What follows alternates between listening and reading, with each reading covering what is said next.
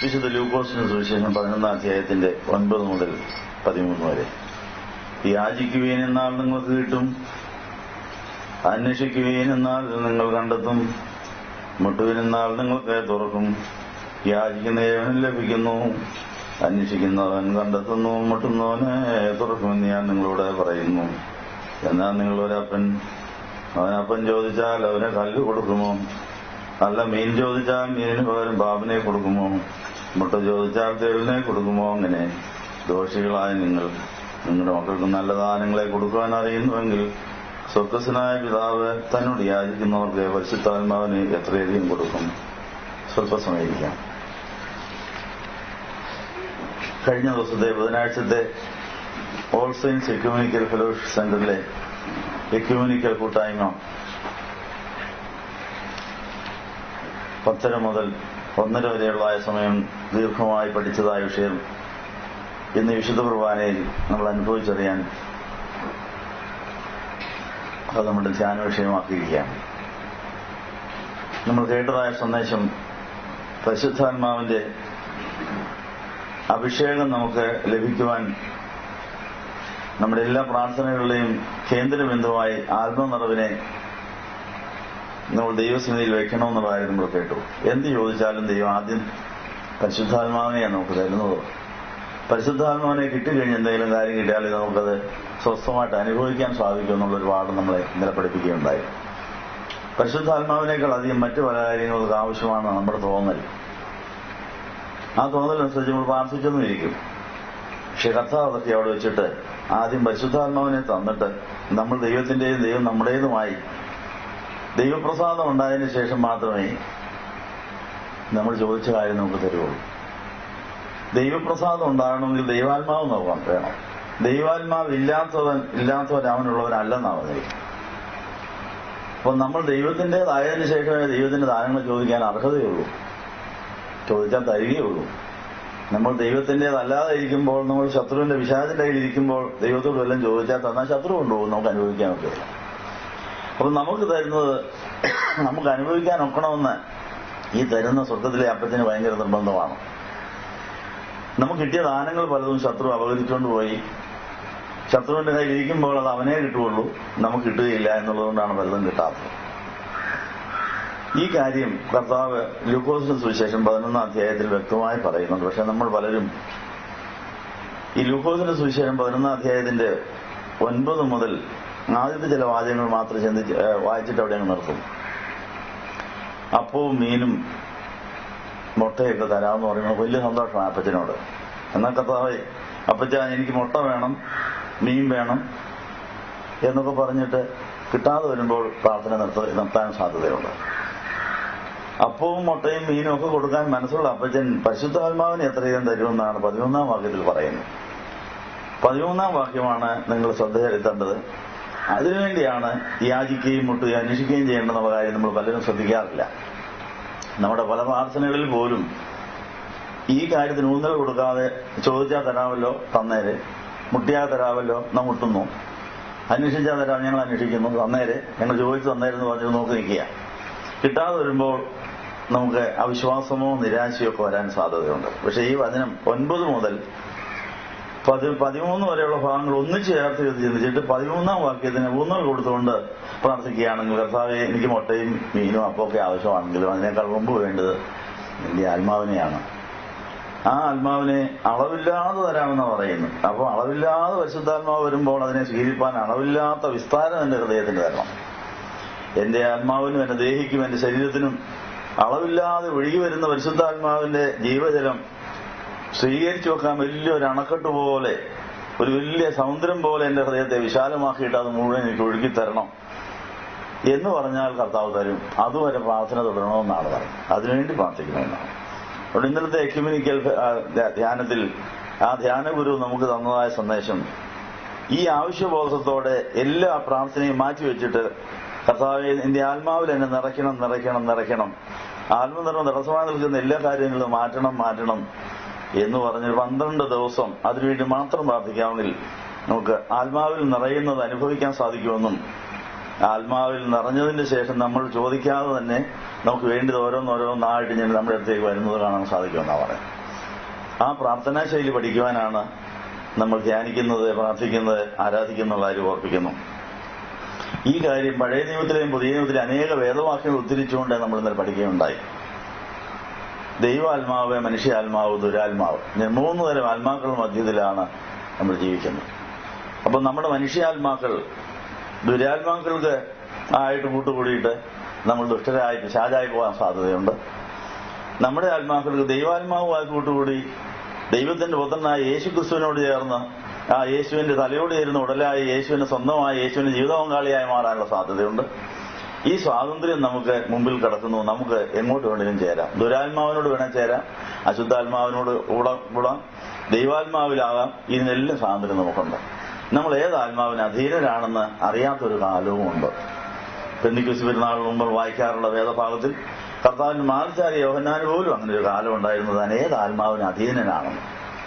അപ്പോൾ പലതരം ആത്മാക്കൾക്ക് അധീനതയിലേക്ക് വരാൻ സാധ്യതകളാണ് നമ്മുടെ ആത്മാക്കൾ. നമ്മുടെ ആത്മാക്കൾക്ക് ഏത് ആത്മാവിനെ വേണേലും കൂട്ടുപിടിക്കാം, എത്ര ആത്മാക്കളെ വേണേലും സ്വീകരിക്കാം. ദൈവം അല്ലാതെ എനിക്ക് ആരും വേണ്ടെന്ന് പറയാനുള്ള സ്വാതന്ത്ര്യമുണ്ട്. നമ്മുടെ നിലവാരം ഇപ്പം ഏതാണ്? അപ്പോൾ പ്രാർത്ഥനയിൽ അന്വേഷിക്കേണ്ട കാര്യം ഇതാണ്. പരിശുദ്ധാത്മാവിനെ എനിക്ക് അളവില്ലാതെ വേണം. പരിശുദ്ധാത്മാവിനെ അളവില്ലാതെ സ്വീകരിപ്പാൻ എന്റെ ഹൃദയം സമുദ്രം പോലെ വിശാലമാകുന്നതിന് എന്താ തടസ്സം? വചനങ്ങൾ എന്റെ ഹൃദയത്തിൽ എണ്ണ ചേർന്ന് അത് വികസിച്ച് സമുദ്രം പോലെ ആയിട്ട് നദി പോലെ ഒഴുകി വരുന്ന പരിശുദ്ധാത്മാവിന്റെ അനുഗ്രഹങ്ങൾ സമുദ്രം പോലെ വിസ്തൃതമായ ഹൃദയം സ്വീകരിച്ചിട്ട് അത് നീതിയുടെ അനുഭവങ്ങൾ ഈ സമുദ്രതീരത്തെല്ലാം അലയടിച്ച് സമുദ്രതീരത്തെ മുഴുവൻ ഫലപുഷ്ടമാക്കി നീതിയും സമാധാനവും പരിശുദ്ധാത്മാവുള്ള ആ ഫലങ്ങളും വിളയിക്കുന്ന വിളഭൂമിയായി ഞങ്ങൾ മാറിയിട്ട് അത് അനേകർക്ക് കൊടുത്തിട്ട് അത് ഇരട്ടിയാകുന്ന ആത്മീയ വ്യാപാരത്തിൽ ഞങ്ങൾ സ്വർഗത്തിൽ സമ്പത്തുള്ളവരായി സ്വർഗത്തിലെ ബാങ്കിൽ ഞങ്ങൾ നിക്ഷേപം സുരക്ഷിച്ചു വെച്ചിട്ട് അതിന്റെ പിൻബലത്തിൽ കർത്താവിന്റെ കൃപകളും കൃപാവരങ്ങളും നേടിയെടുത്ത് നന്മയാൽ തിന്മയെ ജയിക്കുന്ന യുദ്ധത്തിൽ ജയിക്കണമെന്നാണ് പ്രാർത്ഥിക്കുന്നത്. ഇത്രയും കാര്യം കൂട്ടി കണക്ക് കിടക്കുക. ഇതെല്ലാം പരസ്പര പൂരകങ്ങളായി കിടക്കുന്ന കാര്യങ്ങളാണ്. അതുകൊണ്ട് നമ്മുടെ പ്രാർത്ഥനാ ശൈലി മാറേണ്ടിയിരിക്കുന്നു. നമ്മൾ ദൈവത്തിൻ്റെതായതിനു ശേഷമേ ദൈവത്തിന് നമ്മൾ പ്രസാദം ഉണ്ടാകുകയുള്ളൂ.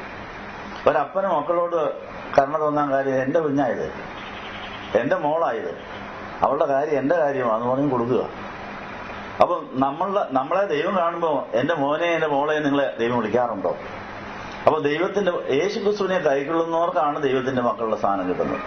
നമ്മളുടെ ശത്രുക്കളാണെങ്കിലും ദത്തുമക്കളായി സ്വീകരിക്കപ്പെട്ടാൽ സ്വന്തം മക്കൾക്ക് ലഭിക്കുന്ന എല്ലാം ദത്തുമക്കൾക്കും ലഭിക്കും. അങ്ങനെ സ്വർഗത്തിലെ പിതാവിന് ഒറ്റ മോനേ ഉള്ളൂ. ആ മോനെ നമുക്ക് ഇനി തന്നിരിക്കുക. ആ മോനെ സ്വീകരിക്കുമ്പോൾ നമ്മൾ മരുമകളായി മാറുകയാണ്. മരുമകളായി ദത്തെടുക്കപ്പെടുന്ന വീട്ടിലേക്ക് വലതുകാല് കുത്തി കയറി ആ ഭർത്താവിനെയും ആ വീട്ടുകാരെയും സന്തോഷിപ്പിച്ചു കഴിഞ്ഞാൽ വീടിന്റെ മുഴുവൻ അവകാശിയാണ്. പിന്നെ ഒന്നും ചോദിക്കണ്ട, താക്കോലെടുത്ത് കൈ തരും, ഇതെല്ലാം നിന്റേതാന്ന് പറയും. എന്തൊരു വലിയൊരു ഭാഗ്യമാണ്. ഇതെല്ലാം പിതാവ് നമുക്ക് തരാമെന്ന് പറഞ്ഞിട്ട് നമുക്ക് എന്താ കിട്ടാത്തത്? അപ്പോൾ പരിശുദ്ധാത്മാവിന് നമ്മൾ ഇരിക്കുന്നതിനും വരുന്നതിനും നിറയുന്നതിനും തടസ്സമായി നിൽക്കുന്ന അശുദ്ധാത്മാവിന്റെ അവകാശങ്ങൾ തീരണം. അവർ ചോദിക്കുന്നിടത്തോളം നഷ്ടപരിഹാരം കൊടുത്തിട്ട് വേണം അവരെ പറഞ്ഞുകൂടാൻ. അങ്ങനെ ആയിരക്കണക്കിന് ഭൂതങ്ങൾക്ക് അവകാശം ഉണ്ടായിരുന്ന ലഘുവൻ ബാധിച്ച മനുഷ്യൻ 2000 പന്നിയെ കൊടുത്ത് ആ ദുരാത്മാക്കൾ മാറ്റപ്പെട്ട് അവന്റെ ഹൃദയം ശുദ്ധമായി യേശുവിന്റെ വചനത്തിനും യേശുവിന്റെ ആത്മാവിനും ഇടമുണ്ടായി കഴിഞ്ഞപ്പോൾ അവൻ സത്യക്രിസ്ത്യാനിയായി. അവൻ കുളിച്ച് വസ്ത്രം ധരിച്ച് സുബോധം പ്രാപിച്ച് സത്യക്രിസ്ത്യാനിയായ യേശുവിന്റെ പാദത്തിൽ ഇരിക്കുന്ന രംഗം മർക്കോസിന്റെ സുവിശേഷം നമ്മൾ 5-ാം അധ്യായത്തിൽ വായിക്കുന്നു. അവന് അപ്പോഴത്തെ ആഗ്രഹം, ഒറ്റ ആഗ്രഹമുള്ള യേശുവിൻ്റെ കൂടെ പോകണം, യേശുവിൻ്റെ കൂടെ നടക്കണം, യേശുവിനെ പോലെ ആകണം, യേശുവിനെ സന്തോഷിപ്പിക്കണം. അത് കർത്താവ് അംഗീകരിച്ചുകൊള്ളാം. നിനക്ക് സുഖം കിട്ടിയല്ലോ. ഈ കാര്യം നിന്റെ നാട്ടുകാരും വീട്ടുകാരും ഒന്ന് അറിയട്ടെ. ആദ്യം അവൻ നിന്നെ തഴഞ്ഞതാ, നിന്നെ കൊള്ളുകയല്ല, പ്രാന്തന, മഹാശല്യം എന്ന് പറഞ്ഞ് എല്ലാവരും തഴഞ്ഞിട്ട് നീ ശവകൃതയെ ഒന്ന് കിടന്നതല്ലേ, കാറിക്ക് പോയി നടന്ന് ശങ്കലയും പൊട്ടിച്ച് നടന്ന് പ്രാന്തനല്ലായിരുന്നു. നീ എന്റെ കൂടെ ഇപ്പൊ വരുന്നത് എനിക്ക് സന്തോഷമാണെങ്കിലും ആദ്യം നിന്നെക്കുറിച്ച് വിഷമമുണ്ടായത് നിന്റെ നാട്ടുകാർക്കും വീട്ടുകാർക്കും അവരൊന്ന് ആശ്വസിക്കണം, നിന്നെ കണ്ടെന്ന് ആനന്ദിക്കട്ടെ. നീ നിന്റെ വീട്ടിലോട്ട് പോ. നിന്നെ വേണ്ടാന്ന് പറഞ്ഞ അപ്പനും അമ്മയും നിന്നെ ഒന്ന് കാണട്ടെ, നിന്റെ സ്വന്തക്കാരൻ നിന്നെ ഒന്ന് കാണട്ടെ, നിന്റെ അയൽവക്കക്കാരെന്ന് കാണട്ടെ, നാട്ടുകാരൊക്കെ ഒന്ന് കാണട്ടെ. അവിടെയൊക്കെ ഞാൻ നിനക്ക് എന്ത് ചെയ്തു എന്നുള്ള ഉപകാരം ഒന്ന് പറഞ്ഞ് അവന് വലിയ സന്തോഷമായി. ഒരു ജോലി കിട്ടി, പുതിയ ജോലി. ദെക്കപ്പൊലി നാട് മുഴുവൻ. ദെക്കപ്പൊലി എന്ന് പറഞ്ഞാൽ വലിയ വിസ്തൃതമായ സ്ഥലമാണ്. നിങ്ങൾ ബൈബിൾ മാപ്പ് എടുത്ത് നോക്കിയാൽ ഒരു കൊച്ചു സ്ഥലമല്ല, ഒരു വലിയ ഇന്ത്യ പോലെ ഒരു വലിയ പ്രദേശം. ഇന്ത്യ എന്ന് പറഞ്ഞാൽ എന്തുമാത്രം, അറേബ്യ എന്ന് പറഞ്ഞാൽ എന്തുമാത്രം എന്ന് പറഞ്ഞ പോലെ ദെക്കപ്പൊലി എന്ന് പറഞ്ഞാൽ ഒരു വലിയ പ്രദേശം, ഒത്തിരി കൊച്ചു സ്ഥലങ്ങളുള്ള ഒരു വലിയ പ്രദേശം. അവൻ അവിടെ എല്ലാം പോയി യേശുവിനെ സാക്ഷിക്കുന്നു. എന്തൊരു നല്ല വേലയാണ്. അപ്പൊ ഇതുപോലെ നമുക്ക് ആദ്യം കിട്ടേണ്ടത് ക്രിസ്തുവിനെയും, രണ്ടാമത് കിട്ടേണ്ടത് പരിശുദ്ധാത്മാവിനെയും, മൂന്നാമത് കിട്ടേണ്ടത് പരിശുദ്ധ സഭയെയുമാണ്. ഇത് മൂന്നും കിട്ടിയതിന് ശേഷമേ പിന്നെ എന്തെങ്കിലും കിട്ടിയാൽ പ്രയോജനപ്പെടുകയുള്ളൂ. ഇത് മൂന്നും സ്വന്തമാകുന്നതിനും എന്തൊക്കെയോ കിട്ടിപ്പോയാൽ നമുക്ക് ശല്യമായിട്ടുള്ളൂ. അതെല്ലാം പിശാച് നമ്മളെ കൊടികുത്തി വാഴാനുള്ള അടിബന്ധത്തിന്റെ അനുഭവമായെന്നുള്ളതാണ് നമ്മുടെ പ്രശ്നം.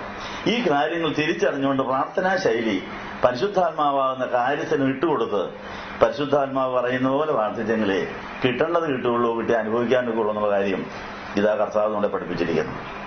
ഇന്നലെ നമ്മളെ പഠിപ്പിച്ച ന്യായാധിപന്മാരുടെ പുസ്തകം 3-ാം അധ്യായം മുതൽ പല കാര്യങ്ങൾ പരിശുദ്ധാത്മാവ് വന്നതിന് ശേഷം മാത്രമേ സ്വസ്ഥതയുണ്ടാവൂ എന്നുള്ള കാര്യം ന്യായാധിപന്മാരുടെ 3-ാം അധ്യായത്തിന്റെ 11-ാം വാക്യത്തിലുണ്ട്. ദേശത്തിന് 40 സംവത്സരം സ്വസ്ഥതയുണ്ടായി. എപ്പോൾ, എങ്ങനെ?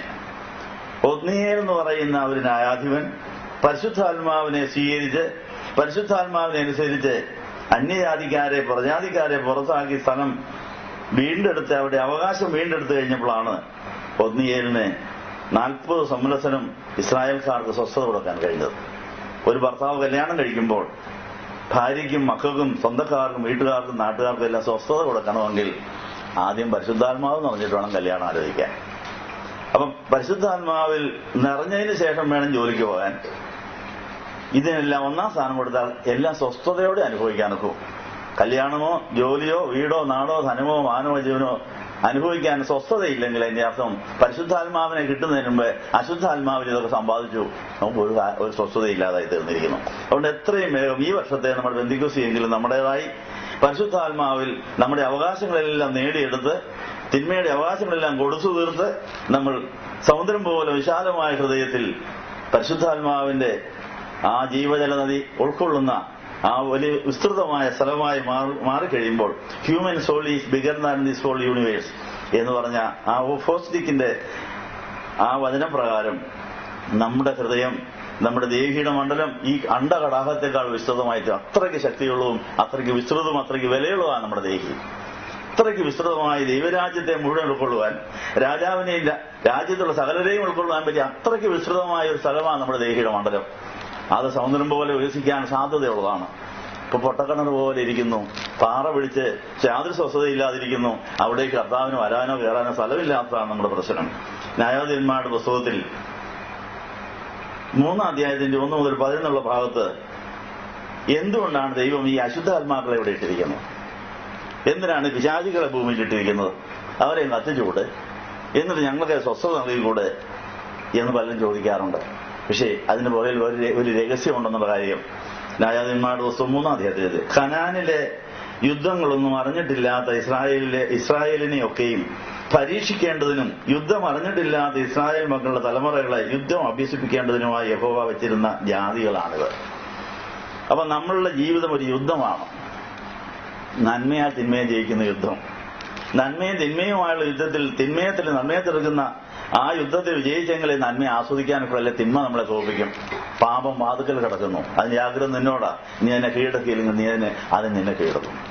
അപ്പൊ ഈ യുദ്ധത്തിൽ ജയിക്കാൻ, യുദ്ധം അഭ്യസിപ്പിക്കാൻ വേണ്ടിയാണ് ഈ അന്യജാതിക്കാരെ അശുദ്ധാത്മാക്കളെ ഭൂമിയിൽ ഇട്ടിരിക്കുന്നത്.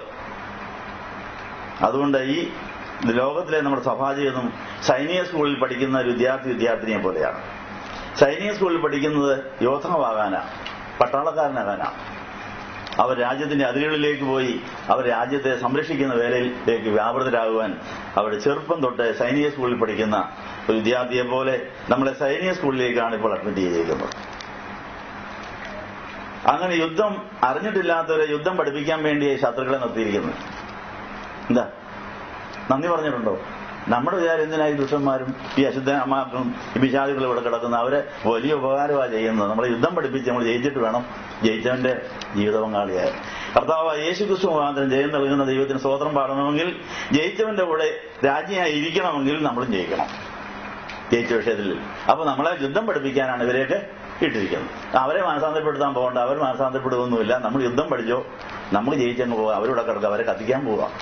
തോറ്റവരെ എല്ലാം കൂടെ കൂടി കത്തിക്കാൻ പോവുകയാണ്. നമ്മൾ കത്താതിരിക്കണമെന്ന് ജയിച്ചു പോകും.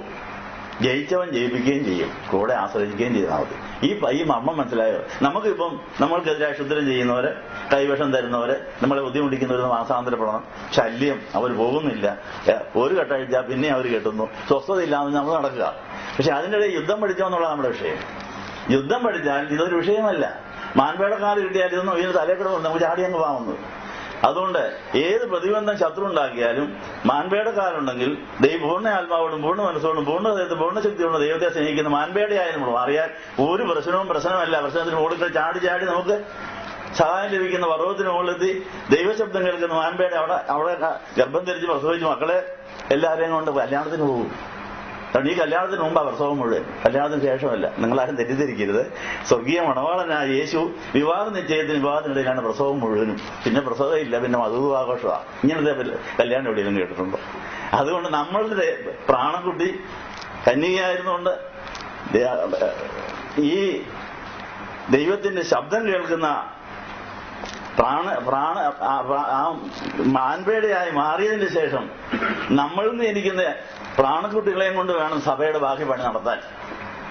ഗർഭത്തിൽ കിടക്കുന്ന ഒരു കുഞ്ഞിന് തല രൂപാന്തരപ്പെട്ടതിന് ശേഷം അമ്മയുടെ ശക്തി മുഴുവൻ വലിച്ചെടുത്ത് അതിന് കയ്യും കാലും ശരീരമെല്ലാം രൂപാന്തരപ്പെട്ട് 9 മാസം തികഞ്ഞു കഴിയുമ്പോഴാണ് അമ്മച്ചിക്ക് പ്രസവവേദന. ആ കുഞ്ഞ് നല്ല ആരോഗ്യത്തോടെ വെളിയിലേക്ക് വന്നാൽ അത് ജീവിതം ആരംഭിക്കുകയാണ്. ഇതുപോലെ സഭയാകുന്ന അമ്മ യേശുവിനോട് തലയോട് ചേരേണ്ട ഉടലിനെ പ്രസവിക്കാനുള്ള പ്രസവവേദനയുടെ ആ ഗർഭം തിരിക്കലിന്റെയും ആ ഒരു തിന്മയെ ജയിക്കുന്ന ജീവനും മരണം തമ്മിലുള്ള ഒരു പോരാട്ടമാണ് ജീവിതം. അമ്മ മരണത്തിന്റെ വക്കവരെ എത്തിയിട്ടാണ് കുഞ്ഞിനെ പ്രസവിക്കുന്നത്. അപ്പന്റെ അമ്മയുടെ ശക്തി മുഴുവൻ ഊറ്റിയെടുത്താണ് കുഞ്ഞിനെ ജനിപ്പിക്കുന്നത്. അങ്ങനെ മരണവും ജീവനും ഇടവും വലവും കൂടെ ഉണ്ടെന്നുള്ള കാര്യം ഓർക്കുക. അപ്പൊ നന്മയെ തിന്മയെ ജയിക്കുന്ന മരണത്തിന്റെ മധ്യത്തിൽ ജീവൻ ജ്വലിപ്പിച്ചുകൊണ്ട് വഴിയും സത്യം ചെയ്യുന്നതുമായ യേശുവിനോട് ചേരുന്ന വഴിയും സത്യം ചെയ്യുന്ന സമത്യം അനുഭവിക്കുന്ന അവസ്ഥയിലേക്ക് വളരാനുള്ള യുദ്ധമാണിത്. ജീവിതം തന്നെ ഒരു യുദ്ധമാണ്. നമ്മുടെ കൊളസ്ട്രോളും ഷുഗറും പ്രഷറും ഒക്കെ നോർമലാക്കാൻ വേണ്ടി എന്തുമാത്രം ബന്ധപ്പാടാണ് നടക്കുന്നത്. നമ്മുടെ ശരീരം ഒത്തിരി പോരാട്ടങ്ങൾ നടത്തിയിട്ടാണ് ഈ ആരോഗ്യം നിലനിർത്തിയിരിക്കുന്നത്. നമ്മുടെ ശരീരത്തിന് ടെമ്പറേച്ചർ നിലനിർത്താൻ വേണ്ടി എന്തുമാത്രം പോരാട്ടം നടത്തുന്നു. ഇതുപോലെ നമ്മുടെ അകത്തെ മനുഷ്യന്റെയും ആരോഗ്യം യേശുവിന് ചേരാൻ കൊള്ളാവുന്ന, യേശുവിനോട് ചേരുന്ന ശരീരമാക്കി തീർക്കാനുള്ള പോരാട്ടമാണ്. ആ പോരാട്ടത്തിന്റെ ട്രെയിനിങ്ങിന് വേണ്ടിയാണ് ഇവരെ ഇട്ടിരിക്കുന്നത്. നമ്മൾ ഈ ട്രെയിനിങ് സ്ഥലത്തെ പ്രയോജനപ്പെടുത്തിയിട്ടുണ്ടോ? നമ്മളെ ബുദ്ധിമുട്ടിക്കാൻ വരുന്ന തിന്മയെ കാണുമ്പോൾ എന്നെ പരിശീലിപ്പിക്കാൻ വേണ്ടി ഇവരെ ഇട്ടിരിക്കുന്ന ദൈവമേ നിനക്ക് സ്തുതി എന്ന് പറഞ്ഞിട്ടുണ്ടോ? ശല്യം വന്ന് കിടക്കുക, വന്ന് നിൽക്കുക, നോക്കി നിൽക്കുക, വന്ന് കുറേ നടക്കുക, ഇവന് ചാകുകയല്ലേന്ന് നമ്മൾ വിചാരം. അവൻ ചാകുന്നതിന് മുമ്പേ നമ്മൾ യുദ്ധം പഠിച്ചു എന്നുള്ള കർത്താവിന് നോട്ടോ. അതുടനെ പ്രാർത്ഥന വിഷയമാക്കണം. അപ്പൊ കനാനിലെ യുദ്ധങ്ങളൊന്നും അറിഞ്ഞിട്ടില്ലാത്ത ഇസ്രായേലിനെയൊക്കെയും പരീക്ഷിക്കേണ്ടത് യുദ്ധം അറിഞ്ഞിട്ടില്ലാത്ത ഇസ്രായേൽ മക്കളുടെ തലമുറകളെ യുദ്ധം അഭ്യസിപ്പിക്കേണ്ടതിനുമായി യഹോവ വെച്ചിരുന്ന ജാതികളാണിത്. ഫെലിസ്ത്യരുടെ 5 പ്രഭുക്കന്മാരും എല്ലാ കനാന്യരും സീദോന്യരും ബാൽ ഹെർമോൻ പർവ്വതം മുതൽ ഹമാത്തിലേക്കുള്ള പ്രവേശനം വരെ ലെബാനോൻ പർവ്വതത്തിൽ പാർത്തിരുന്ന ഹിവിയരും തന്നെ മോശ മുഖാന്തരം യഹോവയുടെ പിതാക്കന്മാരോട് കൽപ്പിച്ച കൽപ്പനകൾ അനുസരിക്കുമോ എന്ന് അവരെ കൊണ്ട് ഇസ്രായേലിനെ പരീക്ഷിച്ചറിയുവാനായിരുന്നു ഇവരെ വെച്ചിരുന്നത്. കനാന്യർ, ഹിത്യർ, അമോര്യർ, പെരിസ്യർ, ഹിവിയർ, യെബൂസ്യർ എന്നിവരുടെയിൽ ഇസ്രായേൽ മക്കൾ പാർത്തു. അപ്പൊ നമ്മുടെ ഇടയിൽ പാർക്കുന്ന ഇങ്ങനെയുള്ള ജാതികളെ കണ്ടിട്ട് നമ്മൾ നിരാശപ്പെടുകയല്ല. ഇവരെ ജയിക്കണം, അതിനുള്ള ശക്തി എനിക്ക് വേണം, അതിനുള്ള ആയുധം വേണം, അതിനുള്ള അഭ്യാസം തരണമെന്നാണ് പറയുന്നത്. അല്ല അവരെ മാറ്റണമെന്നോ അവരിൽ നമ്മളെ മാറ്റണമെന്നോ അല്ല. അങ്ങനെ ഒരു പരിപാടിയില്ല. ഇവരെ ജയിച്ചു പോയാലേ നമുക്ക് കല്യാണത്തിന് കൂടാൻ ഒക്കുള്ളൂ. പക്ഷെ സംഭവിച്ച എന്താണെന്നറിയാവോ? മോശയിൽ കൂടെ കിട്ടിയ യോശുവയിൽ കൂടിയ വചനങ്ങളെല്ലാം തള്ളിക്കളഞ്ഞു. അവരവരുടെ സൗകര്യത്തിനും സുഖത്തിനും കാര്യങ്ങൾ ചെയ്യാൻ തുടങ്ങി. അതുകൊണ്ടാണ് അവർക്ക് വാഗ്ദത്ത ദേശം അനുഭവിക്കാൻ സാധിക്കാതെ അന്യർ അതിനെ വീണ്ടും അവകാശമാക്കുകയാണ്. അവരുടെ പുത്രിമാരെ തങ്ങൾക്ക് ഭാര്യമായിട്ടെടുക്കുകയും തങ്ങളുടെ പുത്രിമാരെ അവരുടെ പുത്രന്മാർക്ക് കൊടുക്കുകയും അവരുടെ ദേവന്മാരെ സേവിക്കുകയും ചെയ്തു. അങ്ങനെ അന്യജാതിക്കാരുടെ കയ്യിൽ അകപ്പെട്ടു പോയി അവർ വീണ്ടും അടിമകളായി. അങ്ങനെ അവിടെ നിലവിളിച്ചപ്പോഴാണ് ഒന്നിയേലിനെ അയച്ചത്. ഒന്നിയേൽ ആരാണെന്നറിയാവോ? കാലേബിന്റെ മരുമകനാണ്. കാലേബ് എന്ന് പറഞ്ഞാൽ പ്രത്യേകത എന്നാ? യഹോവയോട് പറ്റിച്ചേർന്നാണെന്ന യോശുവയുടെ കൂട്ടുകാരനാ. യോശുവയും കാലേബും കൂടിയാണ് ഈ വാക്തത്വ നേട്ടം പിടിച്ചെടുത്തത്. അവരാണ് ഈ അനാക്യമല്ലന്മാരെ കണ്ട് പേടിക്കാതെ അവരെ തോൽപ്പിച്ച് ആ അവകാശങ്ങൾ നേടിയെടുക്കുവാനുള്ള ഇസ്രായേൽക്കാർക്ക് പ്രത്യാശ കൊടുത്തവരാണ് ഇവർ രണ്ടുപേരും. ആ കാലേബിന് യോശുവയ്ക്ക് മാത്രമേ 40 കൊല്ലം കഴിഞ്ഞ് കനാൻ ദേശത്ത് കയറാൻ സാധിച്ചുള്ളൂ. ആ കാലേബിന്റെ മരുമകനാണ് ആ ഒന്നിയേൽ. ഒരു മകൻ മാത്രമല്ല, അനിയന്റെ മകളാണ് ഒന്നിയേൽ എന്ന് പറഞ്ഞാൽ, അങ്ങനെ ഈ കാലേബ് ഒരു വ്യവസ്ഥ വെച്ചു. ദൈവം തരാമെന്ന് പറഞ്ഞ ഈ വാക്തത്വ നാട് പോരാടിയെടുക്കുന്ന അവർക്ക് എന്റെ മോളെ കല്യാണം കഴിച്ചു കൊടുക്കുന്നു പറഞ്ഞു. ചെയ്തത് തന്റെ സഹോദരന്റെ മകൻ തന്നെയാണ് ചെയ്തത്. സഹോദരന്റെ മകനാണ് ആര്? ഒന്നിയേൽ. അപ്പൊ ഞാൻ പറഞ്ഞതിന്റെ അർത്ഥം, വാക്തത്വ നാട് പിടിച്ചെടുക്കുമ്പോൾ സമ്മാനമായി കിട്ടേണ്ടതാണ് ഭാര്യ ഭർത്താവ്. അല്ല കണ്ടാക്കൊള്ളാവുന്നതിനും കിട്ടിയാൽ പോരാ. സ്ത്രീധനം തരുന്നവരെയോ നമുക്ക് ഇഷ്ടപ്പെട്ടവരെ അല്ല, വാക്തത്വ നാട് പോരാടിയെടുക്കുന്നവരെ വേണം ജീവിത പങ്കാളിയായിട്ട് ദൈവം ഭാര്യയോ ഭർത്താവോ മക്കളോ ഒക്കെ അങ്ങനെ സമ്മാനമായി തന്നാലേ പ്രയോജനപ്പെടുകയുള്ളൂ. അതുകൊണ്ട് വാക്തത്വ നാടായ കനാൻ ദേശം പരിശുദ്ധാത്മാവിന്റെ പ്രതീകമാണ്. പരിശുദ്ധാത്മാവാണ് നമ്മുടെ വാക്തത്വമായ അനുഭവം, പ്രതീക്ഷയുടെ അനുഭവം തരുന്ന പരിശുദ്ധാത്മാവാണ്. അപ്പൊ ഒന്നിയേലിന് പരിശുദ്ധാത്മാവിനെ ലഭിച്ചിട്ടാണ് താൻ പോരാടി വാക്തത്വ നാടുകൾ നേടിയെടുത്തത്. ദൈവം സമ്മാനമായി കൊടുത്ത അസ്ക എന്ന് പറയുന്ന ഭാര്യ, അതുപോലെ അക്സ എന്ന് പറയുന്ന ഭാര്യ കാലേബിന്റെ മോള. കാലേബിന്റെ സ്വഭാവം മോഹം കാണാതിരിക്കും. ആ സ്വഭാവമുള്ളവർക്ക് മാത്രമേ നന്മയാതിന്മയ്ക്ക് യുദ്ധത്തിൽ ജയിക്കാൻ സാധിക്കൂ. അപ്പൊ ഇങ്ങനെ നമ്മൾ കല്യാണത്തിന് മുമ്പും വീട് പണിയുന്നതിന് മുമ്പും പല യുദ്ധങ്ങളിൽ ജയിക്കാനുണ്ട്. അതിന് യുദ്ധത്തിന്റെ സർവായുധവർഗം ധരിച്ച് പരിശുദ്ധാത്മാവിൽ നിറഞ്ഞ് കൃപകളും കൃപാവരങ്ങളും നേടി നന്മയാത്മയെ ജയിക്കുന്നവർക്ക് മാത്രമേ സ്വസ്ഥത ഉണ്ടാവുകയുള്ളൂ, സ്വസ്ഥത കൊടുക്കാനൊക്കെ ഉള്ളൂ, സന്തോഷം ഉണ്ടാവുള്ളൂ, സന്തോഷിപ്പിക്കാനൊക്കെ ഉള്ളൂ. അത് ആഗ്രഹിക്കുന്നവർക്ക് എഴുന്നേൽക്കാം.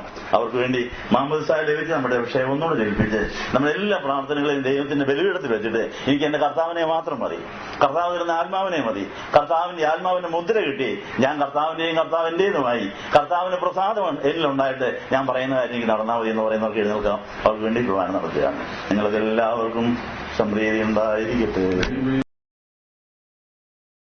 സ്നേഹിക്കപ്പെട്ട വിശ്വാസികളെ, ശുദ്ധീകരണ പെരുന്നാൾ കഴിഞ്ഞ് പ്രതിഷ്ഠാ പെരുന്നാളിനായിട്ട് നമ്മൾ ഒരുങ്ങുന്നു.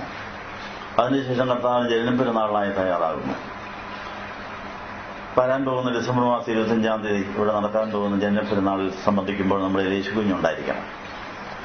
മാതാവ് യേശുകുഞ്ഞിനെയും കൊണ്ട് ആ ബേത്ലഹേമിൽ ആട്ടിടയന്മാരെയും വിദ്വാൻമാരെയും എല്ലാം സ്വാഗതം ചെയ്തതുപോലെ ക്രിസ്മസിന് നമുക്ക് ആശംസകൾ നൽകാൻ വരുന്നവർക്ക് നമ്മുടെ യേശുകുഞ്ഞിരിക്കുന്ന കാണണം.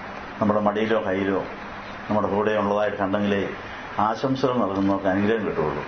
ക്രിസ്മസ് എന്തുമാത്രം ആശംസകളാണ്, എന്തുമാത്രം കേക്കാ മുറിക്കുന്നത്.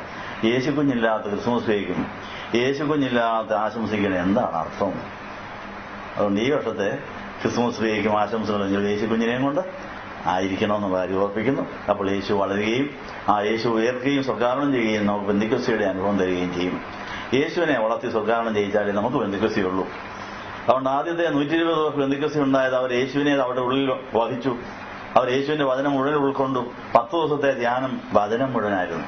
വചനം മുഴുവൻ ധ്യാനിച്ച് അവരുടെ ഹൃദയം സമുദ്രം പോലെ ആയതുകൊണ്ടാണ് നദി പോലെ അവർക്ക് പരിശുദ്ധാത്മാവിനെ ലഭിച്ചെന്നുള്ള കാര്യം ഓർപ്പിക്കുന്നു.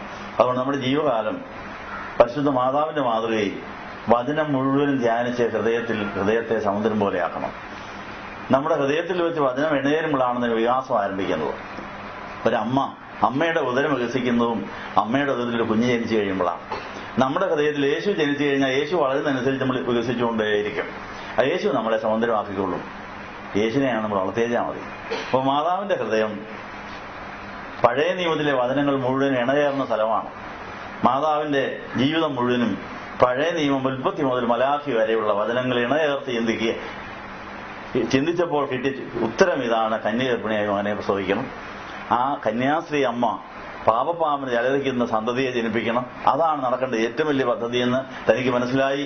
ആ പദ്ധതി നടക്കാൻ പറ്റിയ സ്ഥലമായി തന്റെ ഹൃദയം, തന്റെ ജീവിതം ഒരു വലിയ സമുദ്രമായി അങ്ങ് വളർന്നു. അതുകൊണ്ടാണ് നദി പോലെയുള്ള സമാധാനം. തുടർന്ന് അറിയാമേ നിനക്ക് സമാധാനം നദി പോലെ ഒഴുകിഞ്ഞോട്ടുന്നു. ആ നദിയാണ് മാതാവിനെ ഇതെല്ലാം സഹിക്കാൻ പ്രേരിപ്പിച്ചത്. അപ്പൊ സഹനശക്തി ഇല്ലെങ്കിൽ നമ്മുടെ ഉള്ളിൽ ഇതുവരെയും വികസിച്ചിട്ടില്ല, നമ്മുടെ ഉള്ളിൽ ഇതുവരെയും സമുദ്രമായിട്ടില്ല, നമ്മുടെ ഉള്ളിൽ ഇതുവരെയും വചനങ്ങളെല്ലാം ഇണചേർന്നിട്ടില്ല. വേഗം ഇവിടുന്ന് പഠിച്ചു. വേദോസം മുഴുവൻ പഠിക്കണം. അത് ഇണവാക്യം തർക്കി. പിന്നെ ഒന്നാമത്തെ വായന പരിചയപ്പെടാൻ വേണ്ടിയാ. രണ്ടാമത്തെ വായന ഇണയെ തപ്പിയ. മൂന്നാമത്തെ വായന ഇണ ചേർക്കാൻ വേണ്ടിയാ. ഇങ്ങനെ വളർന്നുകൊണ്ടേയിരിക്കും. എത്ര പ്രാവശ്യം വായിക്കണം? ഒരു കൊല്ലം കൊണ്ട് വേദോസം മുഴുവൻ വായിച്ചു തീർക്കണമെന്നാണ് പരമ്പര. പിതാക്കന്മാർ നമ്മൾ പഠിക്കില്ലേ? ഒരു കൊല്ലത്തെ വേദവായന കുറിപ്പ് പ്രധാനപ്പെട്ട എല്ലാ സന്ദേശങ്ങളും പെറുക്കിയെടുത്ത് പിതാക്കന്മാർ നമ്മളെ പഠിപ്പിക്കുകയാണ്. മുടങ്ങാതെ പള്ളിയിൽ പോകാമെങ്കിൽ, നിങ്ങൾ വേദവായന കുറിപ്പ് വാങ്ങിച്ചാൽ അത് മുടങ്ങാതെ എല്ലാ ആഴ്ചയിലും വായിക്കാമെങ്കിൽ എല്ലാ സന്ദേശങ്ങളും ഹൃദയത്തെ സൗന്ദര്യം പോലെ ആക്കി തീർക്കും. കഴിഞ്ഞ കൊല്ലം പറ്റിയില്ല, ഈ കൊല്ലെങ്കിലും ആകാം. ഇന്ന് പറ്റിയില്ല, അടുത്ത കൊല്ലെങ്കിലും ആരറിയാം അടുത്ത കൊല്ലം ഉണ്ടോന്ന്. അതുകൊണ്ട് എത്രയും നേരത്തെ വചനം ഇണചേർക്കുന്ന പരിപാടി പൂർത്തീകരിച്ചാലേ യേശു കുഞ്ഞിനെ കിട്ടുള്ളൂ. മനസ്സിലായോ? നമ്മുടെ ക്രിസ്മസ് ഒക്കെ ഇങ്ങനെ കുറഞ്ഞിരിക്കുന്നതിന്റെ കാര്യം എന്നാ? യേശു കുഞ്ഞില്ലാത്ത ക്രിസ്മസ് ആഘോഷം.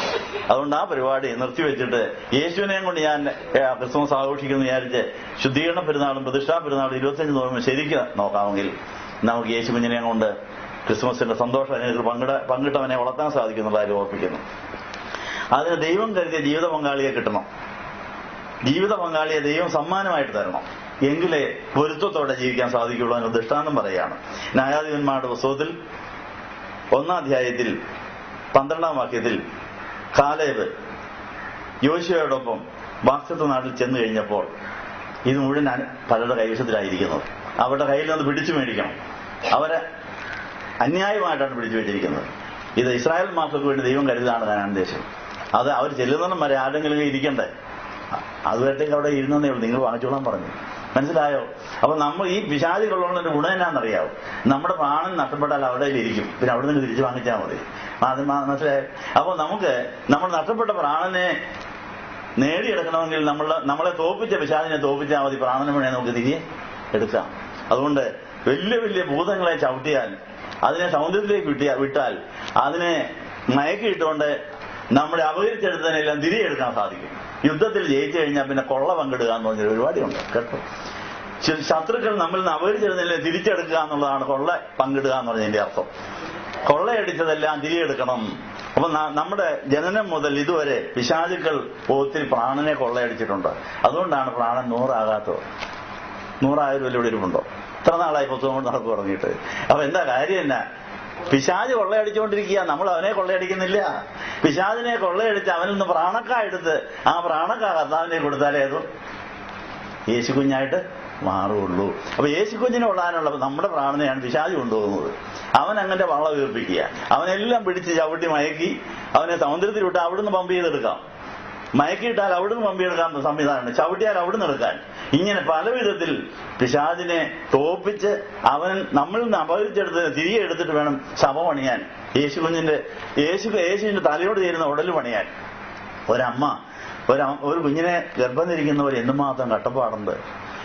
അമ്മയുടെ ശക്തി, ജീവനും ചോരയും നീരും മുഴുവൻ കുഞ്ഞിനെ കൊടുക്കുക. ആ കുഞ്ഞിനെ വളർത്തിയിട്ട് ആ കുഞ്ഞിനെ ഈ ഭൂമിയിലേക്ക് വിടുന്നത്. ഇതുപോലെ സഭയാകുന്ന അമ്മ ഈ തലയോട് ചേർന്ന് ഉടനെ വളർത്തിയെടുക്കാൻ വേണ്ടി കൈയും കാലും ചങ്ങും കരളും ഒക്കെ വളർത്തിയെടുക്കാൻ വേണ്ടി പോരാടുകയാണ്. നമ്മൾ പോരാട്ടത്തിൽ പങ്കുചേരുന്നുണ്ടോ? പോരാടാതെ വാള് ഒറയിലിടുന്നവർ ശപിക്കപ്പെട്ടവരാണെന്നൊരു വചനമുണ്ട്. യുദ്ധം ചെയ്യാതെ അലസതയോടെ വാള് ചുമ്മാ തൂക്കിക്കൊണ്ട് നടക്കുന്നവര് ശപിക്കപ്പെട്ടവരാണെന്നൊരു വചനമുണ്ട്. കേട്ടിട്ടുണ്ടോ? യുദ്ധം ചെയ്യാതെ വാളടക്കി വയ്ക്കുന്നവർ, യുദ്ധം ചെയ്യേണ്ട സമയത്ത് അലസതയോടെ ഇരിക്കുന്നവർ ശപിക്കപ്പെട്ടവനാണെന്നൊരു വചനമുണ്ട്. അത് ഹോംവർക്ക് തരികയാണ്. അത് യെരമ്യാവും യെശയ്യാവും വായിച്ച് അതിനകത്ത് ഉള്ള ഒരു വചനമാണ്. യെരമ്യാവും യെശയ്യാവും മുഴുവൻ വായിച്ചു നോക്കുക. ഏതായാലും ക്രിസ്മസ് ഒക്കെ അടുത്ത് വരികയല്ലേ. അതിനകത്ത് ഈ യെരമ്യാവും യെശയ്യാവും ശരിക്കും വായിക്കാമെങ്കിൽ വേദപുസ്തകത്തിലെ പ്രധാന സന്ദേശങ്ങളെല്ലാം അതിനകത്തുണ്ട്.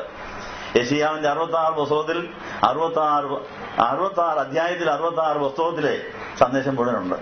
അതുകൊണ്ട് 150 സങ്കീർത്തനങ്ങളും യെശയ്യാവിന്റെ 66 അധ്യായങ്ങളും ശരിക്കും വായിക്കുകയാണെങ്കിൽ വേദപുസ്തകത്തിലെ സന്ദേശം മുഴുവൻ അതിനകത്തുണ്ട്. വേദപുസ്തകം മുഴുവൻ നമ്മുടെ കയ്യിൽ കിട്ടുക. പിന്നെ അതിന്റെ വിശദീകരണങ്ങൾക്ക് വേണ്ടി പിന്നെയും വായിക്കണം. അതെല്ലാം ഇണവാക്യങ്ങളുണ്ട്. അങ്ങനെ ഇണവാക്യങ്ങൾ ഹൃദയത്തിൽ ഇണചേർന്നുകൊണ്ടേയിരിക്കുമ്പോൾ അത് വികസിച്ചുകൊണ്ടേയിരിക്കും. അങ്ങനെ നമുക്ക് സമുദ്രമാകാനും അങ്ങനെ സമുദ്രത്തിലേക്ക് നദി ഒഴുകി വരാനിടയാകുന്ന കാര്യം ഓർപ്പിക്കുന്നു. കനാൻ ദേശത്തേക്ക് പ്രവേശിച്ച കാലേബ് ചെയ്തൊരു പണി. കാലേബ് എന്താ ചെയ്തു? ന്യായാധിപന്മാരുടെ പുസ്തകം 1-ാം അധ്യായത്തിന്റെ 12-ാം വാക്യത്തിൽ അപ്പോൾ കാലേബ് കിര്യത്ത് സേഫർ ജയിച്ചടക്കുന്നവന് ഞാൻ എന്റെ മകൾ അക്സയെ ഭാര്യയായി കൊടുക്കുമെന്ന് പറഞ്ഞു. യുദ്ധത്തിന് പ്രോത്സാഹിപ്പിക്കാൻ വേണ്ടി സമ്മാനങ്ങൾ നല്ലതാണ്, പ്രോത്സാഹനം കിട്ടാൻ മതി. അപ്പൊ അങ്ങനെ ഒരു പ്രഖ്യാപനം നടത്തി, എന്റെ മകൾ അക്സയെ ആർക്ക് കിട്ടും? യുദ്ധം ചെയ്യാൻ മിടുക്കനായിട്ട് പോരാടുന്നവർക്കേ കിട്ടുള്ളൂ എന്ന് പറഞ്ഞു. അപ്പൊ കാലേബിന്റെ അനുജനായ കെനസിന്റെ മകൻ ഒത്നിയേൽ അത് പിടിച്ചു. അവൻ തന്നെ മകൾ അക്സയെ അവനെ ഭാര്യയായി കൊടുത്തു. അങ്ങനെ വേണം ഭാര്യയും ഭർത്താവിനെയൊക്കെ കിട്ടാൻ. ഏതാ വാർത്തത്തെ നാട് പിടിച്ചടക്കിയിട്ട് ദൈവം വരാൻ സമ്മാനമായിട്ട് വേണം ഭാര്യയും ഭർത്താവിനെയും മക്കളെയൊക്കെ തരാൻ. അവർ നമ്മളോട് ചേർന്ന് നിന്ന് യുദ്ധത്തിൽ നമ്മളെ സഹായിക്കും. അങ്ങനെ ഭാര്യയും ഭർത്താവും മക്കളും കൂടെ ചേർന്ന് യുദ്ധം ചെയ്ത് പാലും തേനൊഴുകുന്ന കനാൻ ദേശം പർദീസായിട്ട് അനുഭവം പിടിച്ചെടുക്കുവാൻ, അത് കൈയടക്കി തടഞ്ഞു വെച്ചിരിക്കുന്ന തിന്മയുടെ ശക്തിയെ അടിച്ചുപിടിക്കുവാൻ, അവരെ സൗന്ദര്യത്തിലേക്ക് വലിച്ചെറിയുവാനുള്ള തന്റെ ഇടം പ്രാപിച്ചിട്ട് നമുക്ക് സമാധാന സ്വസ്ഥത അനുഭവിക്കാനൊക്കെ ഉള്ള കാര്യം ഓർപ്പിക്കുന്നു. അങ്ങനെ അക്സായും കാലേബും കൂടിയാണ് 40 കൊല്ലത്തെ യുദ്ധത്തിന് ശേഷമുള്ള സ്വസ്ഥത അവർക്ക് കൊടുത്തെന്ന് പറയുന്നത്. എത്രാം വാക്യത്തിലാണ്? ന്യായാധിപന്മാർ 3-ാം അധ്യായത്തിൽ നമ്മൾ ആദ്യം കഴിഞ്ഞ കുർബാനയുടെ തുടക്കത്തിൽ വായിച്ചപ്പോൾ 3-ാം അധ്യായത്തിന്റെ 11-ാം വാക്യത്തിലാണ് വായിച്ചത്. 10-11 വാക്യങ്ങളിൽ കാലേബിന്റെ മേൽ ദൈവത്തിന്റെ ആത്മാവ് വന്നു എന്നൊരു വചനമുണ്ട്. അതെവിടെയാണെന്നറിയാവോ? അവന്റെ മേൽ യഹോവയുടെ ആത്മാവ് വന്നു. അപ്പൊ 10-ാം വാക്യത്തിലെ ന്യായാധിപന്മാർ 3:10 യഹോവയുടെ ആത്മാവ് ഒത്നിയേലിന്റെ മേൽ വന്നപ്പോഴാണ് യുദ്ധത്തിൽ ജയമുണ്ടായി 40 കൊല്ലത്തേക്ക് സ്വസ്ഥത. ആ യുദ്ധത്തിന്റെ വിജയത്തിന്റെ പുറയിൽ അക്സായുണ്ട്. ജീവിത പങ്കാളി രണ്ടും കൂടിയാണ്. അക്സയാണ് യുദ്ധത്തിന് ഇയാളെ ഒരുക്കി വിടുന്നത്. എന്റെ അച്ചായൻ ഇതെല്ലാം ഒത്തിരി വേല ചെയ്ത് പോരാടിയിട്ടാണ് ഇത് നമ്മുടേതാക്കിയത്. അത് നമ്മുടേതാക്കണം. ഇങ്ങനെ യുദ്ധത്തിൽ ജയിച്ചു കഴിയുമ്പോൾ ഈ അക്സാം ഇന്നൊരു കാര്യം കൂടെ ചെയ്യുന്നുണ്ട്. നീരുറവയുള്ള സ്ഥലം എനിക്ക് വേണമെന്ന് പറഞ്ഞ് നീരുറവയുള്ള സ്ഥലം സ്വന്തമാക്കി. അതും ബാധിച്ചു. അപ്പൊ മിടുക്കിമാരെ ഇങ്ങനെ യുദ്ധത്തിൽ ജയം ചെയ്തതിന് ശേഷം ഒത്തിരി അനുഗ്രഹങ്ങൾ, നീരുറവ, പരിശുദ്ധാത്മാവിന് നീരുറവയുള്ള സ്ഥലങ്ങൾ സ്വന്തമാക്കി ആത്മഫലങ്ങൾ വിളയിക്കാൻ സാധിക്കും. അപ്പൊ ഭാര്യയും ഭർത്താവും മക്കളും കുടുംബമായി ഒത്നിയേലിന്റെയും അക്സയുടെയും മാതൃകയിൽ വാഗ്ദത്ത നാട് പിടിച്ചെടുത്തതിന് ശേഷം മാത്രമേ സ്വസ്ഥത അനുഭവിക്കാനൊക്കെ ഉള്ളൂ. സ്വസ്ഥത ഇല്ല എങ്കിൽ സ്വസ്ഥത കെടുത്തികൾക്ക് അവകാശം ഉണ്ടെന്നാണ് എന്റെ അർത്ഥം. സ്വസ്ഥത കെടുത്തുന്ന തിന്മയുടെ ശക്തിയുടെ അവകാശം തീരാൻ അവരെ ദൈവം തമ്പുരാൻ തന്നെ നമ്മുടെ വീട്ടിൽ നിർത്തും. പോരാടിക്കൊള്ളാൻ പറയും. അവരെ പോരാടി ജയിച്ചാലേ നിനക്ക് അനുഭവിക്കാനൊക്കെ ഉള്ളൂ. അങ്ങനെ അവരെ തോപ്പിച്ചാലേ അവർ പോവുള്ളൂ. അങ്ങനെയത് കുറേശ്ശെ മാറ്റുള്ളൂ. ഒറ്റയടിക്ക് മാറ്റുകയുമില്ല. അങ്ങനെ അനേക വർഷം കൊണ്ട് കുറേശ്ശെയായി ഈ തിന്മയുടെ ശക്തി ആവർത്തനം 7:21-22 ഇനി അതുകൊണ്ടായി കാലം നീണ്ടുപോകുന്നത്. അതിലാരും അക്ഷമരാകരുത്. കാലം നീളുന്നത് നല്ലതാ. നമുക്കിതെല്ലാം കൂടെ വഹിക്കാൻ കഴിയില്ലാത്തതുകൊണ്ടാണ് യുദ്ധം കുറേശ്ശെയായിട്ട് ചെയ്യുന്നത്. യുദ്ധം എല്ലാം കൂടെ ഒന്നിച്ചുകൊണ്ട് നമുക്ക് ഇരിക്കപ്പെടുത്തി ഉണ്ടാകരുത്. ഒരു യുദ്ധം കഴിഞ്ഞൊരു ഇന്റർവൽ, അത് കഴിഞ്ഞ് അടുത്ത യുദ്ധം, ഇങ്ങനെ ഇടയ്ക്കിടയ്ക്ക് യുദ്ധവും അസ്വസ്ഥതയും കൊള്ളപങ്കിടലും എല്ലാം അഴിഞ്ഞ രസകരമായിട്ടങ്ങ് നീങ്ങാം.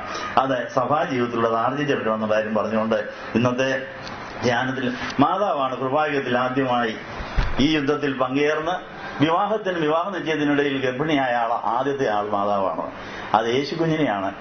കന്യകയായിരുന്നുകൊണ്ട് ഗർഭം ധരിച്ചതെങ്കിൽ ആ തലയോട് ചേർന്ന ഉടനെ ഗർഭം ധരിക്കാനുള്ള അവകാശം കന്യകയായിരിക്കും നമ്മുടെ ആത്മാക്കൾക്കുണ്ട്, നമ്മുടെ ദേഹിക്കുണ്ട്. അതുകൊണ്ട് സ്ത്രീപുരുഷ ഭേദമന്യേ സകല മനുഷ്യരുടെയും ദേഹി സോൾ ഒരു കന്യകയാണെന്ന് 2 കൊരിന്ത്യർ 11-ാം അധ്യായത്തിൽ എഴുതിയിരിക്കുന്നു. ആ കന്യകമാരെയാണ് മണവാട്ടിയായി വിവാഹ നിശ്ചയം ചെയ്യുന്ന കാര്യം പൗലോസ് ഓർപ്പിച്ചിരിക്കുന്നു. അപ്പോൾ നമ്മുടെ മാമോദീസായി വിവാഹ നിശ്ചയം കഴിഞ്ഞു. വിവാഹ നിശ്ചയത്തിന് ശേഷം നമ്മുടെ ദേഹി, നമ്മുടെ പ്രാണക്കുട്ടികൾ പ്രായപൂർത്തിയായി കന്യമറിയാമിനെ പോലെ കന്യകയായിരുന്നുകൊണ്ട് തന്നെ യേശു കുഞ്ഞുങ്ങളെ ഗർഭം ധരിച്ച് ആ യേശു കുഞ്ഞുങ്ങളെ പ്രസവിച്ച് ആ യേശു കുഞ്ഞുങ്ങൾ സഭയുടെ കോശങ്ങളായി മാറി തലയോട് ചേരുന്ന ഉടലായി രൂപാന്തരപ്പെട്ടതിന് ശേഷമേ കല്യാണ മണ്ഡപത്തിൽ നമുക്ക് പ്രത്യക്ഷപ്പെടാനൊക്കെ ഉള്ളൂ. അതുവരെ രഹസ്യമായി യേശുവിന്റെ മാറിലേക്ക് ഇങ്ങനെ പ്രസവിക്കപ്പെടുന്ന പ്രാണക്കുട്ടികളെ പറഞ്ഞു വിടുന്ന വേലയാണ് നടന്നുകൊണ്ടിരിക്കുന്നത്. അത് കൊലോസ്യ ലേഖനം 3-ാം അധ്യായത്തിൽ എഴുതിയിട്ടുണ്ട്. നമ്മുടെ ശരീരത്തിൽ നിന്ന് വേർപെടുന്ന പ്രാണൻ യേശു കുഞ്ഞുങ്ങളെ ഗർഭം ധരിച്ച് യേശുവിന്റെ മാറിലേക്ക് അവരെ വിട്ടുകൊണ്ടിരുന്നാൽ യേശുവിന്റെ മാറിൽ അവർക്ക് വളരാനുള്ള സ്ഥലമുണ്ട്. കല്യാണത്തിന്റെ ആ സമയത്ത് മാത്രമേ മണവാട്ടിയായി രൂപാന്തരപ്പെടുകയുള്ളൂ. അതുവരെ ഓരോ ദിവസത്തെയും പ്രാണൻ ഈ യുദ്ധത്തിനിടയിൽ ലയിക്കുന്ന കൊള്ള പങ്കിട്ടെടുക്കുന്നത് പോലെ ഭൂതങ്ങൾ അപഹരിച്ചെടുത്ത പ്രാണക്കുട്ടികളെല്ലാം തിരിച്ചെടുത്ത് നമ്മുടെ ഗർഭത്തിലിട്ട് വളർത്തിയത് യേശുവിന്റെ മാറിലേക്ക് വിടണം. അതിനുശേഷം കർത്താവെ എല്ലാം കൂടെ ചേർത്ത് നമ്മുടെ മണവാട്ടിയെ സൃഷ്ടിക്കുന്നു നമ്മൾ അവിടെ കാണും. ഈ വലിയ യുദ്ധത്തിൽ പങ്കുചേരുവാൻ ഈ വർഷത്തെ സഭാജീവിതം ഒതുകട്ടെ എന്ന് ആശംസിച്ചുകൊണ്ട് ഇപ്പോൾ ധൂപപ്രാർത്ഥന തുടരുകയാണ്. അപ്പൊ കന്യമറിയാമിന്റെ മാതൃകയിൽ കല്യാണ ഉറപ്പിനിടയിൽ ഗർഭിണിയായ യേശുവിനെ പ്രസവിച്ചതുപോലെ നമ്മുടെ കല്യാണം ഉറപ്പ് കഴിഞ്ഞിട്ട് കല്യാണം നടന്നിട്ടില്ല. അതിനു മുമ്പ് യേശുവിന്റെ തലയോട് ചേരുന്ന ഉടനെ ഞാൻ പ്രസവിച്ചോളാം, എന്റെ ദേഹിയിലുള്ളത് കന്യയായിരുന്നുകൊണ്ട് തന്നെ അമ്മയാകാനുള്ള കഴിവ് തരണമെന്ന് പറഞ്ഞ് യെശയ്യാ 66-ലെ വചനം നിവൃത്തിയാകാൻ ആഗ്രഹിക്കുന്നവർക്ക് എഴുന്നേൽക്കാം. അവർക്ക് വേണ്ടി കന്യമറിയാം ആദ്യത്തെ കന്യക എന്ന നിലയിൽ നമ്മുടെ കന്യമാരെ സന്ദർശിച്ച് അനുഗ്രഹം തരികയാണ്. അത് ഏറ്റുവാങ്ങാൻ നോക്കി ധ്യാനം തുടരാനുള്ള കാര്യം ഓർപ്പിക്കണം.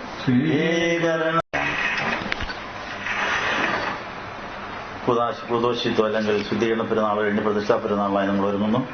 ജനപ്പെരുന്നാളായി നമ്മൾ 25 നോയമ്പ് എടുത്ത് തയ്യാറാകുകയുമാണ്. ഇന്ന് നമ്മൾ വായിച്ചു കേട്ട തിരുവചന പശ്ചാത്തലത്തിൽ 1 തീമോഥെയോസ് 2-ാം അധ്യായത്തിൽ രാഷ്ട്രത്തലവന്മാർക്ക് വേണ്ടി, തെരഞ്ഞെടുക്കപ്പെടുന്നവർക്ക് വേണ്ടി, ഭരിക്കുന്നവർക്ക് വേണ്ടി പ്രാർത്ഥിക്കണമെന്ന് പറഞ്ഞിപ്പോൾ നമ്മൾ ചെയ്യുകയാണ്. ഇന്ന് തെരഞ്ഞെടുപ്പിന് ഓരോ ബൂത്തുകളിലേക്ക് അനേകർ യാത്ര ചെയ്തുകൊണ്ടിരിക്കില്ല. വോട്ടവകാശമുള്ളവർ പോകുന്നതായ സുദിനമാണല്ലോ. അവരുടെ മനസ്സിൽ ദൈവാത്മാവ് അവരെ ഭരിക്കുവാൻ പറ്റിയതായ ചില വചനങ്ങളാണ് വായിച്ചു കേൾപ്പിച്ചത്. 1 തീമോഥെയോസ് 2-ാം അധ്യായത്തിൽ, എന്നാൽ സകല മനുഷ്യർക്കും നാം സർവഭക്തിയോടും ധനത്തോടും കൂടെ സാവധാനതയും സ്വസ്ഥതയുമുള്ള ജീവനം കഴിക്കേണ്ടതിന്, വിശേഷാൽ ഭരണകർത്താക്കൾക്ക് സകല അധികാരസ്ഥന്മാർക്ക് വേണ്ടി യാചനയും പ്രാർത്ഥനയും പക്ഷപാതവും സ്തോത്രവും ചെയ്യണമെന്ന് ഞാൻ സകലത്തിനു മുമ്പേ പ്രബോധിപ്പിക്കുന്നു. അത് നമ്മുടെ രക്ഷിതാവായ ദൈവത്തിന്റെ സന്നിധിയിൽ നല്ലതും പ്രസാദകരവുമാകുന്നു. അവൻ സകല മനുഷ്യനും രക്ഷ പ്രാപിക്കുവാനും സത്യത്തിന്റെ പരിജ്ഞാനത്തിലെത്തുവാനും ഇച്ഛിക്കുന്നു.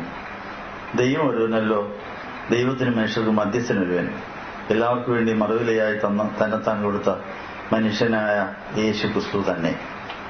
തക്ക സമയത്ത് അറിയേണ്ടതിന് ഈ സാക്ഷ്യത്തിനായി ഞങ്ങൾ പ്രസംഗിയും അപ്പോസ്തലനുമായ ബോഷ്കല്ല പരമാർത്ഥം തന്നെ പറയുന്ന ജാതികളെ വിശ്വാസവും സത്യവും ഉപദേശിപ്പാൻ നിയമിക്കപ്പെട്ടിരിക്കുന്നു. നമ്മൾ വായിച്ചതായി തിരുവചനപ്രകാരം സ്വസ്ഥതയും സാവധാനതയുള്ള ജീവനം കഴിക്കേണ്ടതിന് ഭരണകർത്താക്കൾക്ക് വേണ്ടി പ്രാർത്ഥിക്കുന്നത് അത് കർത്താവിന് പ്രസാദകരമാണ്. ഭരിക്കുന്നത് ദൈവമാണെന്ന് ബോധമുള്ളവരാണ് തിരഞ്ഞെടുക്കപ്പെടേണ്ടത്. ദാനിയേലിന്റെ പുസ്തകം 4-ാം അധ്യായത്തിൽ 3, 4, 5 അധ്യായങ്ങളൊക്കെയും ഒരു രാജാവ് തനിക്ക് മുകളിൽ ദൈവം ഭരണകർത്താവായിട്ടുണ്ട്, ആ ദൈവത്തിന് വേണ്ടിയാണ് താൻ ഭരിക്കേണ്ടതെന്ന് ബോധമില്ലാതെ താൻ മൃഗതുല്യനായി 7 കൊല്ലം കാട്ടിൽ പോകേണ്ടി വന്നു. അതിനുശേഷം അവൻ സുബോധം മടങ്ങി വന്നിട്ട് വീണ്ടും വന്ന് ആ സാക്ഷ്യം പറയുന്നുണ്ട്, ഭരണകർത്താവ് ദൈവമാണ്, ബാക്കി എല്ലാ ഭരണകർത്താക്കളും ആ ദൈവത്തിന്റെ കൈക്കീഴിൽ ആ സുപ്രീം സ്വർഗത്തിലെ ദൈവത്തിന്റെ ഭരണം നടപ്പിലാക്കുന്ന കർത്താവിന്റെ അവയവങ്ങളായി, കർത്താവിന്റെ സഹായികളായിട്ടാണ് ഭരിക്കേണ്ടെന്നുള്ള കാര്യം ദാനിയേലിന്റെ പുസ്തകത്തിലുണ്ട്. 1 തീമോഥെയോസ് 2-ാം അധ്യായം. ഈ ഉൾക്കാഴ്ചയുള്ളവർ തെരഞ്ഞെടുക്കപ്പെടുവാൻ നമ്മൾ പ്രാർത്ഥിക്കാം. നിങ്ങൾ വോട്ടിടാൻ പോകുമ്പോൾ ഈ വചനം ഓർത്ത് പ്രാർത്ഥിക്കണം. കർത്താവെ, സ്വസ്ഥതയും സാവധാനതയുള്ള ജീവനം കഴിക്കാൻ പറ്റിയ ഭരണകർത്താക്കളെ തെരഞ്ഞെടുക്കുവാനുള്ള വിവേകം ഞങ്ങൾക്ക് തരണം. ഞങ്ങൾ വോട്ടിട്ട് ഭരണത്തിൽ വരുന്നവർ സ്വർഗത്തിലെ ഭരണകർത്താവായ നിന്നെ അനുസരിക്കുന്നവരും ദൈവരാജ്യം, നീതി, സമാധാനം, പരിശുദ്ധാത്മാവ്, സന്തോഷവ കളിയാടുന്ന ഒരു വ്യവസ്ഥയുണ്ടായ ക്ഷേമരാഷ്ട്രം കെട്ടിപ്പടുക്കുന്നവരുമാകണമെന്ന് പ്രാർത്ഥിച്ചുകൊണ്ട് ദൈവാത്മാവ് പ്രേരണ തരുന്നവർക്ക് വോട്ട് കൊടുക്കുക. അങ്ങനെ ആ ഭരണം നമുക്ക് നന്മയ്ക്കായി തീരട്ടെ എന്ന് ആശംസിച്ചുകൊണ്ട് ഇന്നത്തെ ധ്യാനം ഇവിടെ സമാഹരിക്കുക. നമുക്ക് പ്രാർത്ഥിക്കാം. ഞങ്ങളെ സ്നേഹിക്കുന്ന ദൈവമേ, ദൈവരാജ്യം ഭക്ഷണവുമില്ല, പാനീയവുമില്ല, നീതിയും സമാധാനം, പരിശുദ്ധാത്മാവ്, സന്തോഷമാണ് എന്ന് ഞങ്ങൾ കേട്ടു. ആ സന്തോഷവും സമാധാനവും നീതിയുള്ള ആ വ്യവസ്ഥയിൽ ജീവിച്ച് ഞങ്ങൾ ദൈവത്തിന്റെ രാജ്യത്തിന്റെ ഭരണത്തിന് കീഴിലായി അനേകരെ ആ ഭരണത്തിലാക്കി ഞങ്ങൾ മനുഷ്യർക്കുള്ളാവുന്ന ഒരു ദൈവത്തിന് പ്രസാദമുള്ള ഒരു ജന്മസ്ഥാപനം അടിയുവാൻ സഹായിക്കണമെന്ന് പ്രാർത്ഥിക്കുന്നു. ഞങ്ങളിന്ന് കേട്ടതായ എല്ലാ തിരുവചനങ്ങൾക്കായി സ്തോത്രം ചെയ്യുന്നു. ഇന്നലെ കിട്ടിയതായ എല്ലാ വചനങ്ങൾക്കായി സ്തോത്രം ചെയ്യുന്നു. അങ്ങനെ പരിശുദ്ധാത്മാവിന്റെ അഭിഷേകം കൊണ്ട് മാത്രമേ ഞങ്ങൾക്ക് സ്വസ്ഥത അനുഭവിക്കുവാനും സ്വസ്ഥത കൊടുക്കാൻ സാധിക്കൂ, സന്തോഷിക്കുവാനും സന്തോഷിപ്പിക്കാനും സാധിക്കൂ എന്നുള്ള കാര്യം ഞങ്ങളെ പഠിപ്പിച്ച് ഞാൻ നന്ദി പറയുന്നു. ഞങ്ങളുടെ ഹൃദയത്തിൽ ഇനിയും അനേക വചനങ്ങൾ എണ്ണചേരാനുണ്ട്. എല്ലാ ദിവസവും തിരുവചനം വായിക്കുവാൻ പുസ്തകം തുറക്കുന്നതിന് മുമ്പ് പരിശുദ്ധാത്മാവിനെ വിളിച്ചു വരുത്തി, പരിശുദ്ധാത്മാവ് ഇന്ന് ഞാൻ വായിക്കേണ്ട വേദഭാഗം ഏതാണ്, ആ വേദഭാഗത്തിൽ എന്റെ ഹൃദയത്തിൽ ഇന്ന് ഇണചേരാൻ പറ്റിയ ഇണവാക്യങ്ങൾ ഏതാണ് എന്ന് ചോദിച്ച് പ്രാർത്ഥിച്ചിട്ട് യെശയ്യാവിന്റെ 34:16 അനുസരിച്ച് യഹോവ കൂട്ടി വരുത്തിയതായ ഈ തിരുവചനങ്ങൾ ഇണചേർക്കുവാനുള്ള വേദിയായ എന്റെ ഹൃദയത്തിൽ തരുന്നു എന്ന് പറഞ്ഞ് കന്യമറിയാം തന്റെ 12 വയസ്സ് വരെ കിട്ടിയ സമയം മുഴുവനും പഴയ നിയമത്തിലെ വചനങ്ങൾ ഇണചേർത്ത് ചിന്തിച്ച് അതിന് നിവർത്തിക്ക് തന്റെ ജീവിതം അന്വർത്ഥമാകുവാൻ, തന്റെ ജീവിതം സമർപ്പിക്കുവാൻ പ്രേരണ നൽകിയതുപോലെ ഞങ്ങളുടെ ജീവിതം കർത്താവിന്റെ മനുഷ്യാവതാരത്തെ പ്രക്രിയ തുടരുവാനും ഞങ്ങൾ തലയോട് ചേർന്ന് ഉടലായി രൂപാന്തരപ്പെട്ട് ഞങ്ങളുടെ ഓരോ ദിവസത്തെയും പ്രാണൻ കുരിശിന്റെ പാതയിൽ പോയി മരിച്ചുയർത്തെഴുന്നേറ്റ് സുഗാനം ചെയ്ത് ഉയർത്തെഴുന്നേറ്റ് യേശുവിന്റെ മാറിൽ എത്തിച്ചേർന്നിട്ട് ഞങ്ങളുടെ പ്രാണനെല്ലാം കൂടെ ചേർന്ന് കർത്താവിന് മണവാട്ടിയായി തീരുമ്പോൾ തലയോട് ചേരുന്ന ഉടലായി ഞങ്ങൾ കയ്യോ കാലോ ചങ്കോ വെള്ളമോ ആയി ഞങ്ങൾ ആ കർത്താവിന്റെ രാജ്യത്തെ രാജ്ഞിയായി ശോഭിച്ച് അങ്ങനെ ഞങ്ങൾ ജന്മസാഫല്യയോടെ വേണം സഹായിക്കണമെന്ന് യേശുവിന്റെ നാമത്തിൽ യാചിക്കുന്നത് പിതാവിനും പുത്രനും പരിശുദ്ധാത്മാവിനും സ്തുതിയായിട്ട് തന്നെ.